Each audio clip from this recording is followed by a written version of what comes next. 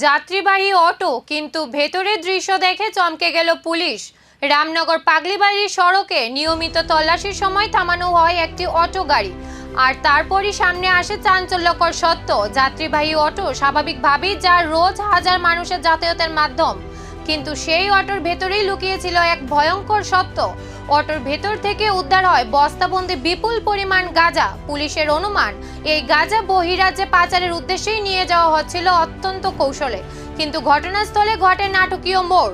Police উপস্থিতি টের পেয়েই পালিয়ে যায় অটো চালক দীপক সরকার। মুহূর্তের মধ্যে এলাকা ছেড়ে গা ঢাকা দেয় সে।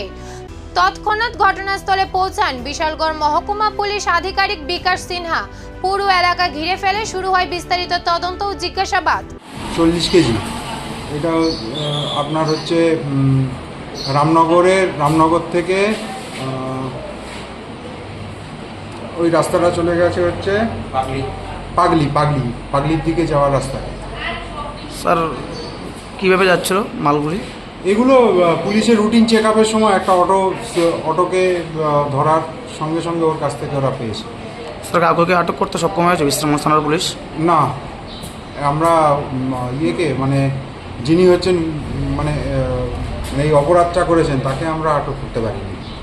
স্যার এখন কোথায় নিয়ে এসছে অটোগুলিকে? এখন অটো গাঁজা সবই আমরা সিজ করে নিয়ে এসেছি বিশ্রামগঞ্জ থানায়। বিশ্রামগঞ্জ থানা। এবং অটোর ড্রাইভার তো পলাতক, আর ওর মালিকের খোঁজখবর নেওয়া হয়েছে। সম্ভবত ওর বাড়ি হচ্ছে মধুপুর, দীনেশ সরকার নাম